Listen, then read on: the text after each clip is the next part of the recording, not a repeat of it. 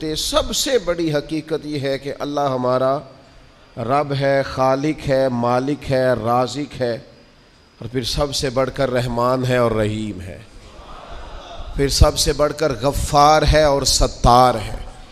اس حقیقت کو سمجھ لیں۔ اللہ تعالیٰ نے قرآن مجید میں اس حقیقت کا اس طرح اظہار فرمایا کیف تکفرون باللہ وکنتم امواتا فاحیاکم، تم کس طرح اللہ کا انکار کرتے ہو حالانکہ تم بے جان تھے، اس نے تمہیں زندگی عطا کی، کچھ نہیں تھے، تم عدم میں تھے، اس نے تمہیں وجود دیا، اور پھر ارشاد فرمایا ثم یمیتکم ثم یحییکم، پھر تمہیں مارے گا اور پھر تمہیں زندگی عطا کرے گا، ثم الیہ ترجعون، پھر تمہیں اسی کی طرف لوٹ جانا ہے۔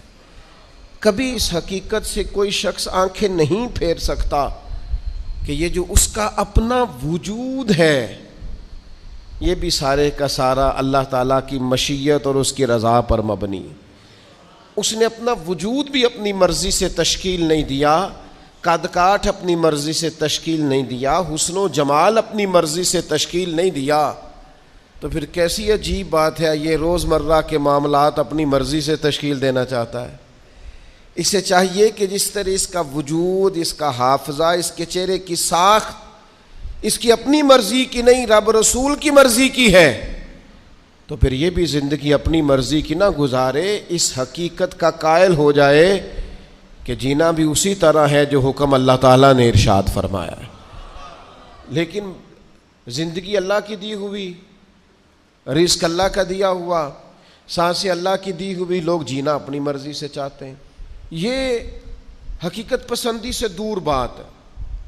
جس شخص نے جو مشینری بنائی ہے آپ اسی سے پوچھیں گے اس کو کیسے چلانا ہے، آپ اسی سے دریافت کریں گے کہ کیا چیز استعمال کرنے سے صحت ٹھیک ہوگی، کیا استعمال کرنے سے خراب ہوگی، آپ اسی طبیب حکیم کے مشورے سے چلیں گے۔ ہم من چاہی زندگی چاہتے ہیں تو سب سے پہلے تو اس حقیقت کو سمجھ لیں کہ کائنات کا رب، اور جب بنائی اسی نے ہے تو چلے گی بھی اسی کے حکم کے ساتھ۔ دوسری بات،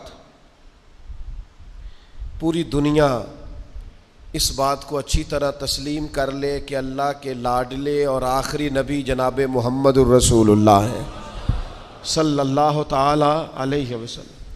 اللہ تعالیٰ نے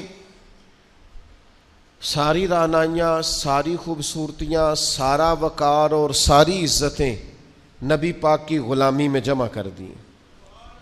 اب کوئی شخص اگر یہ چاہے گا کہ میں حضور سے ہٹ کر کہیں سے عزت اویل کر لوں، نبی پاک علیہ السلام کی پیروی سے ہٹ کر کہیں سے میں کوئی خیر کٹھی کر لوں، تو یہ حقیقت پسندی سے دوری ہے، ہو نہیں سکتا۔ وَمَن يُطِعِ اللَّهَ وَرَسُولَهُ فَقَدْ فَازَ فَوْزًا عَظِيمًا۔ کامیابی اسی شخص کو ملے گی جو اللہ اور اس کے رسول کی فرما برداری کرے گا۔